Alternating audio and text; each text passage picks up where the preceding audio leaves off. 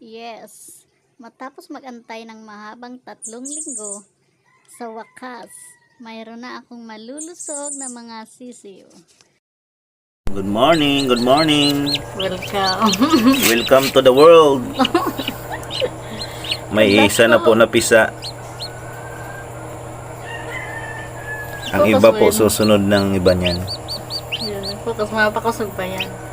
Manghina pa.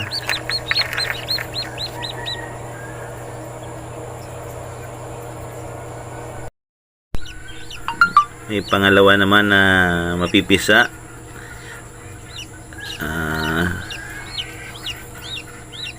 Gumagawa siya ng paraan para makalabas.